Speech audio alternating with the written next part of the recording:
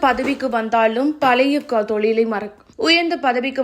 பழைய தொழிலை மறக்காமல் கும்பகோணம் மேயர் ஆட்டோ டிரைவர் சீருடையில் மே தின கொடியேற்றினார். இதற்கு பல்வேறு தரப்பிலிருந்தும் அவருக்கு பாராட்டுகள் குவிந்து வருகிறது. நாடு முழுவதும் நேற்று மே தினத்தை தொழிலாளர்கள் கொண்டாடி வருகின்றனர். தொழிலாளர்கள் தினத்தையொட்டி ஆங்காங்கே தொழிற்சங்க கொடியேற்றப்பட்டு இனிப்புகள் வழங்கப்பட்டன.